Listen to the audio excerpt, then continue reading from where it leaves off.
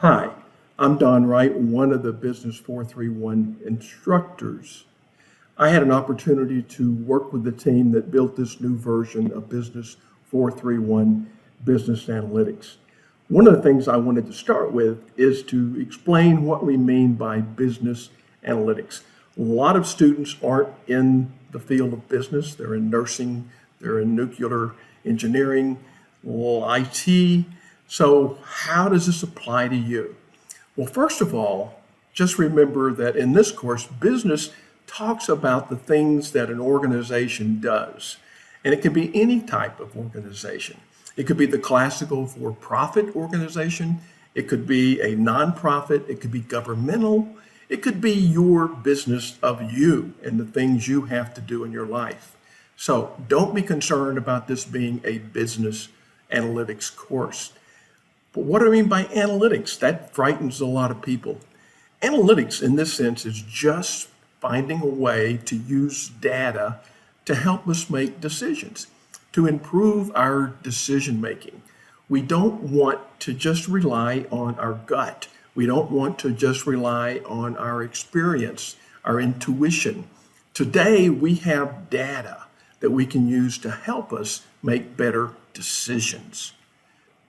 In this course, we talk about three types of analytics broadly: descriptive analytics, predictive analytics, prescriptive analytics.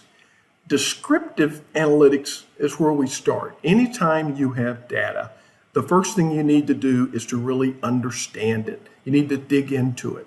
Make sure you have good information there. And we use descriptive to take this historical data we collected, data on things that have already happened, and we try to make sense of it. We want to understand what happened and why it happened. And again, that is, in a way, looking backwards. The next type of analytics is predictive.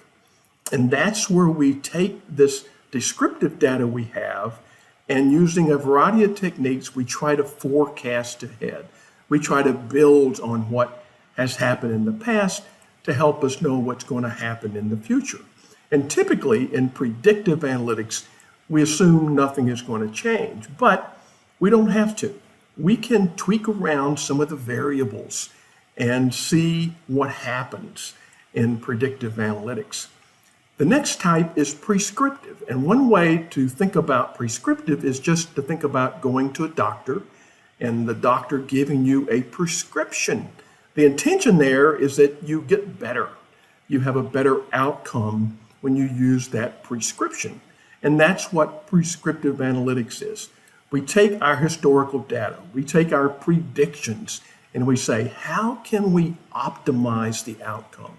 What decisions can we make to give us the best profits, the best number of new customers, the best output for our company, the best results for our patients? That's optimization, and that's prescriptive. Now, we're going to do all three types of analytics in this course, and I think you will learn something of value with that. But one of the things I want to take away is that no matter how good your analysis is, unless you can communicate the results effectively to the people that need to know, the people you want to make decisions based on your analysis, then your analysis is really of not much value, is it? So it's getting it to the right people at the right time. One of the best ways to communicate is to use graphics, visualizations of your analysis, data visualizations. Humans evolved and we survived because we used our eyes to recognize patterns to help us recognize problems and opportunities. Today, we know that people understand graphs, visualizations much easier, much better, much more efficiently than trying to look at a table of numbers. So in this course, we're going to learn how to use tools to create visualizations. We're going to start with simple graphs, and then we're going to build some more complicated graphs, and then we're going to go to data dashboard, something that's very hot today most companies are using data dashboards. And then we're going to finally go to data stories. What is a data story? Well, you know probably that you relate to things when it's given in a narrative sense that we can relate to our past experience.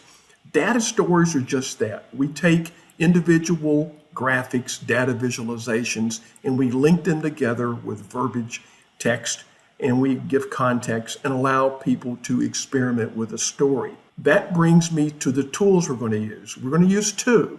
We're going to use Excel, which is still the premier spreadsheet.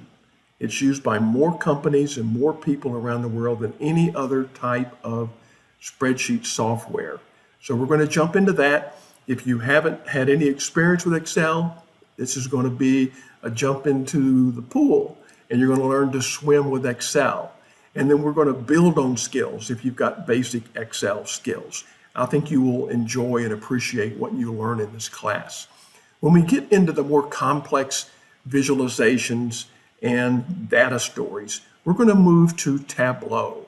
Tableau is one of the best tools out there today for creating very complex data visualizations linking to large corporate databases or even to simple spreadsheets. So we're going to use those two tools. I want to alert you to the fact that both of those tools must be installed on your local computer.